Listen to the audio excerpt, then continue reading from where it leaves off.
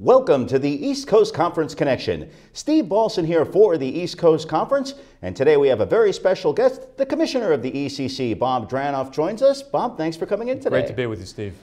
We're going to talk a little bit about the history of the conference today, where it is now, and where we're going in the future for the ECC. First, the conference was formed in 1989, originally as the New York Collegiate Athletic Conference, and you were in the pretty early end of that. Talk a little bit about your tenure in the conference and what you've done. I joined the conference in the early 90s when I was Director of Athletics at Dowling College. I was at Dowling for 12 years. It was historically a conference that was based around the New York metropolitan area, therefore the name NYCAC. And had a long history of schools that had been NCAA Division II members, along with schools that had transitioned in from the NAIA.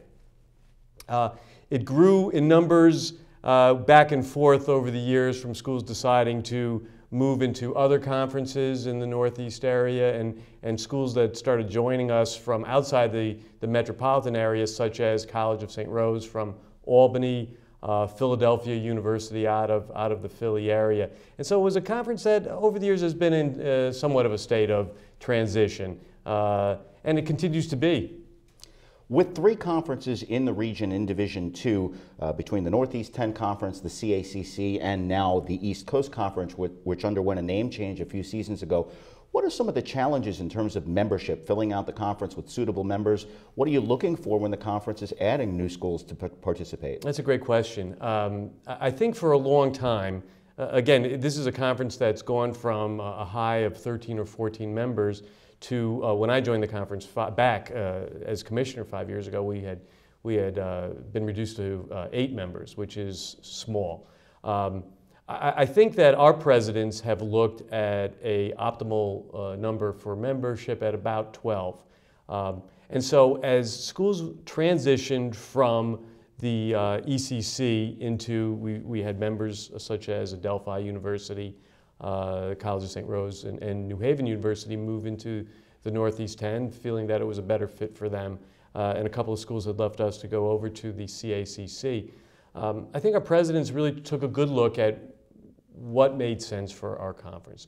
We knew that we had to get bigger for both viability as an operating entity, and also some new NCAA rules that required certain size of conference that will come into play in the next few years.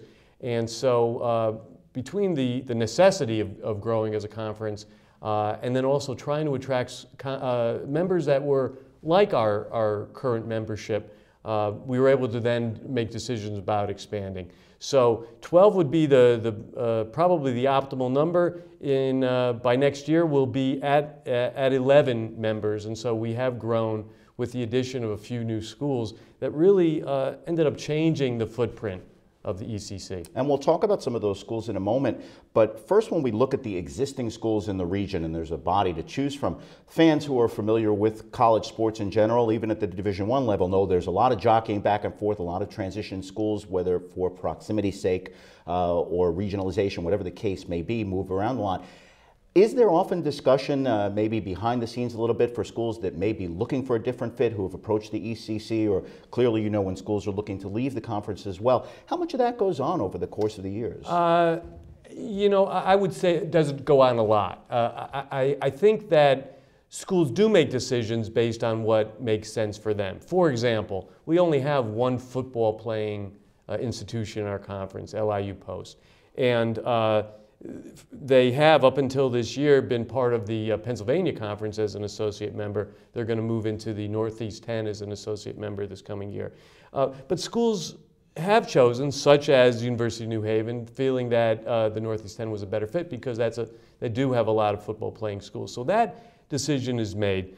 I think in terms of location, maybe in the old days, location made sense. I think the reality is, and I don't compare us at all to Division I conferences, but I think the reality is that location isn't necessarily the main idea anymore. It's fit by way of schools wanting to maybe have more of a regional draw or regional footprint.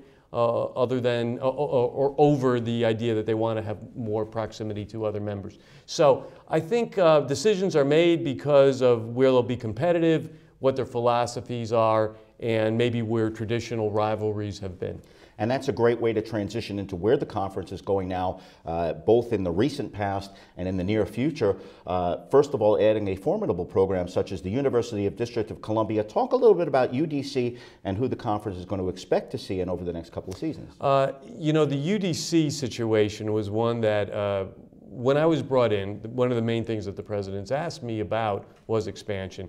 And UDC was kind of sitting out there as an independent member, not in our region. They're outside of our general Northeast region in Washington, D.C. And as many things happen in this way, their new director of athletics, Pat Thomas, is a former associate director of athletics from Georgetown University, had a good relationship with many of my former colleagues from St. John's University. There was a relationship that was built there very quickly, and they had a very strong interest in our conference, felt that they could be a good member for us, and we felt that they could be a good member for the conference also. And so that move was made pretty quickly to bring UDC in. They offer some really strong athletic programs. It's a great location for us. Not all that far away for our member schools to go to. Another great attractive area that expands our reach, and they're doing an excellent job right now. As we started looking at additional expansion, there's been a big movement over the last several years from especially in the Northeast United States, NAIA schools, formerly the NAIA, which is another large athletic organization. Schools looking to transition into the NCAA Division II. And there were two schools that we identified from Western New York who had an interest in joining us. Roberts Wesleyan was accepted into the Division II process a couple of years ago.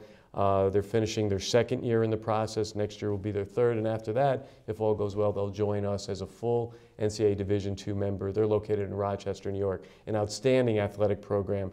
Great leadership from the president to the athletic administration to their student affairs staff.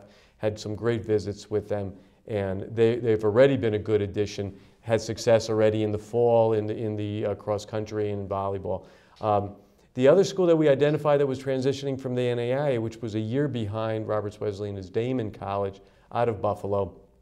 They've done some wonderful things over the last couple of years in terms of athletic administration, growth of their program, improving facilities and identifying new athletic facilities, bringing in new staff, have followed the path that Roberts Wesleyan set, are on the mark. They're in their first year in this transitional stage into the NCAA Division II. We look forward to great things with them. They've changed our footprint a lot, so has UDC. We've gone from the most tightly located Division II conference in the country to now one that moves out from the New York City area all the way out to Buffalo.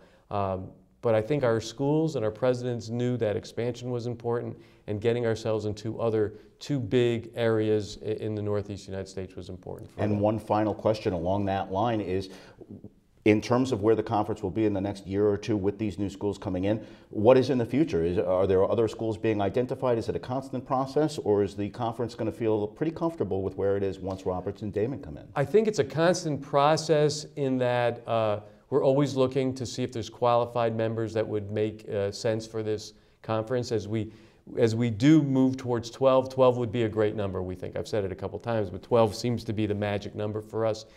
If it means that we stay at 11 for the time being, I think that would work for us also. So if there are qualified member schools that are either thinking about moving into Division II or have an interest in our conference, we would be open to discussion, and I think our presidents would echo that. Well, indeed, the ECC is on the way up. Great movements underway, particularly in the tenure of the gentleman to my right, Bob Dranoff. Bob, thank you so much for coming by today and sharing your wisdom with us. Also want to remind you that if you'd like to find out about any member schools in the ECC or any conference going on, you can get it online at eccsports.org. The ECC is the place to be for the very best in Division II intercollegiate athletics. For my guest today, Bob Dranoff, would like to thank you for joining us. And until next time, this is Steve Balson for the East Coast Conference Connection saying so long until next time.